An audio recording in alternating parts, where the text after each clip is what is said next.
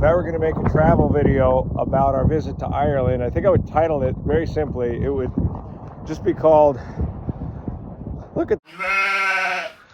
Our trip to Ireland in December of 25 was our second. There are definitely some things that we would do differently. Here are three of them. Number one, especially for flying from the West Coast, take a direct flight. This time we tried to do connecting flights out of our hometown of Sacramento, and it was just too much of a hassle, including a 5-hour layover in Dallas, and nobody got time for that.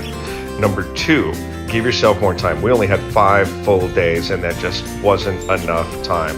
And number three, be absolutely positive that you want to rent a car.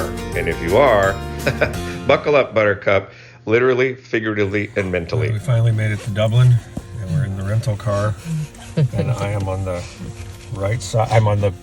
It's on the wrong side. I'm on the right side if I'm in a boat. And here's the steering wheel. And we now have a 2-hour drive ahead of us. This might be the last message we ever send out. Okay, here we are, day 2 of driving on the wrong side of the road. We made it last night in the dark, in the rain, with no sleep for 27 hours, and we're still married.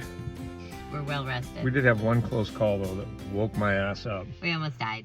Yeah, and that involved following Google Maps a little too closely. Google will try and send you on the shortest route possible, which can sometimes mean going down very narrow roads at a pretty high rate of speed. And if a car's coming at you, you might do like I did and default to the right side of the road, which is the wrong thing to do. Thankfully, all we got was honked at. And since we survived, we got to visit the incredible Bunratty Castle, which had this interesting juxtaposition to start things off. Vicky, you just pointed this out. Santa's sleigh right next to the guillotine. That'll encourage a kid to be nice. Bunratty Castle is a really cool restored medieval castle that still feels pretty gnarly. Like when you go down into the dungeon, it's still kind of spooky. And if you have a dark sense of humor, ask somebody about the murder holes. Yes, you heard me right, murder holes.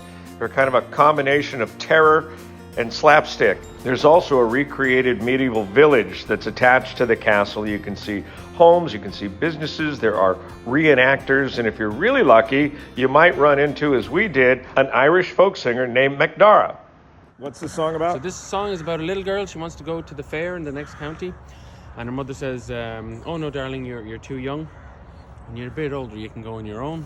And she says, oh please, please, please. No. So it's just a back and forth between a mother and daughter. It goes a little something like this.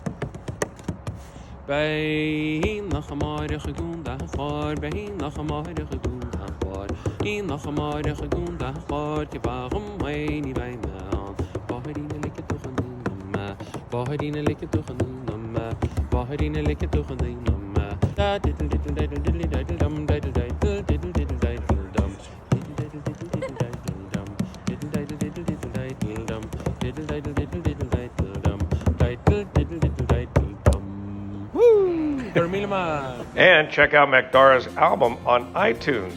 It's traditional Irish folk music and looks a little like Bono there, doesn't he?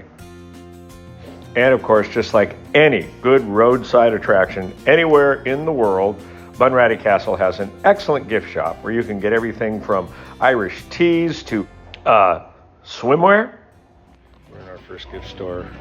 Mom forgot a bathing suit, so she's looking for a nice wool one. Next, just by chance, we found out about a small community called Kilmaley, which is just west of the town of Ennis, and we had to go check it out because my last name is Maley, and my great-great-grandfather actually spelled it M-A-L-E-Y when he came over from Ireland in the 19th century. I don't think there's a family connection, but it's a beautiful rural spot in Ireland with an incredible cemetery. And fun fact, Kill actually means church in Irish. So Church of Maley or Church of Saint Maley.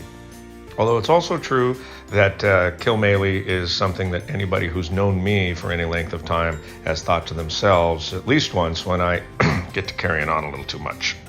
Okay, it's time to move on. So we're going to head down the N21 in County Limerick to the adorable, or should I say adorable, town of Adare. Sorry, I had to.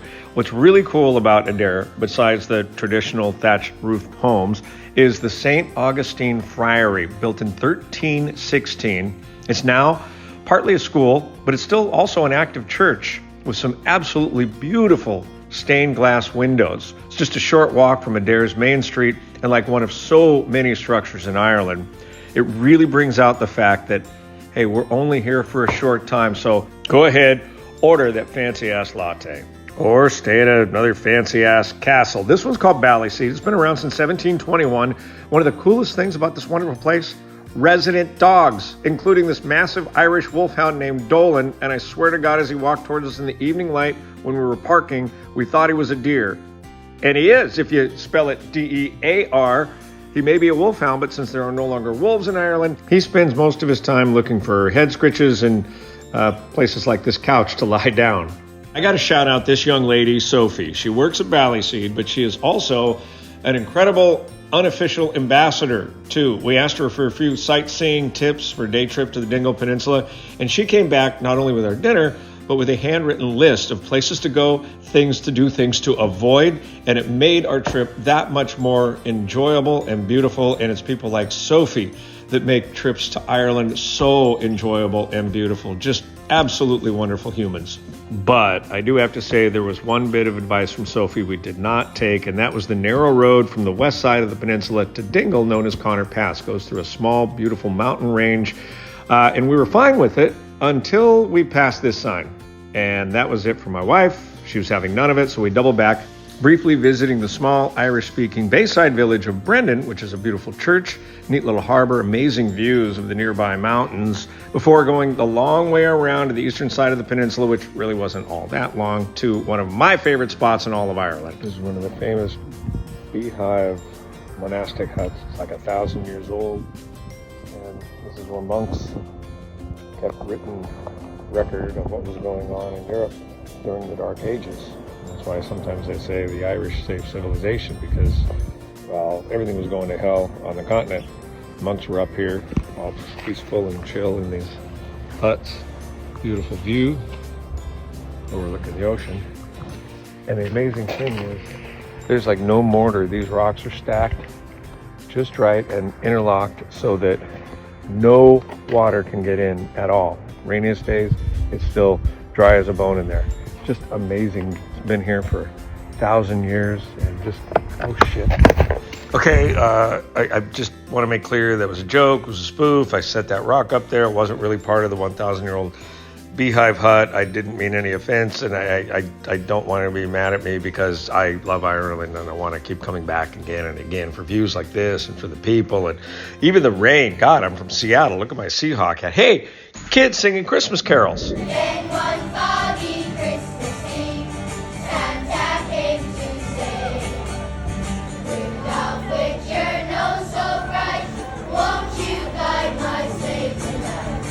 Then all the reindeers all failed, as they shouted out with glee, yippee! Rudolph the red-nosed reindeer, with the down in history.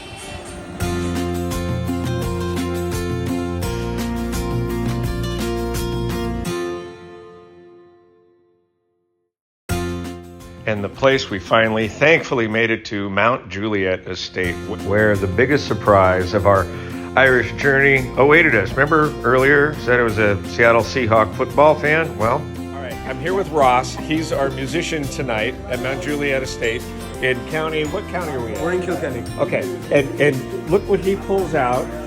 The dude is a Seahawk fan. Why are you a Seahawk fan? I followed them since I was 15 or 16 years old, mainly because I like Frasier and I had to follow somebody, and that's the reason. And they're awesome, and that's why. Go Hawks! Go Hawks!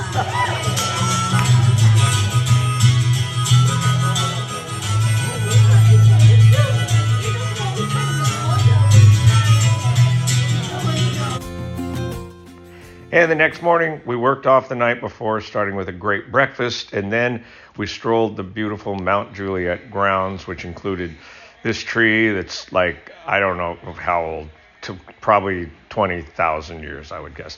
The beautiful River Nore, running very high and fast, which did lead to this small, surprising, and kind of heartbreaking discovery. There's a perfectly good basketball down there. Come on, people. I can only hope that ball was safely rescued and is now back at a playground somewhere.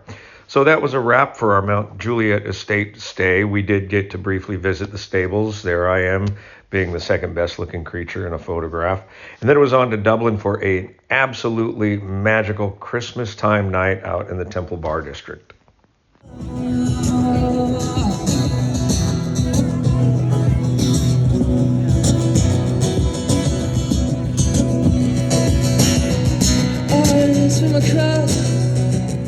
Across for you. Talking about Robert right around the crew. Where you gonna go? Where you gonna sing tonight? And you're singing the song, singing this is the life, and you're waking in the morning and your head was such a sight. That was it. The next morning it was wheels up, and 9 hours later, and now we're back to reality in the Dallas area. Yes, gotcha. Oh, I love this place.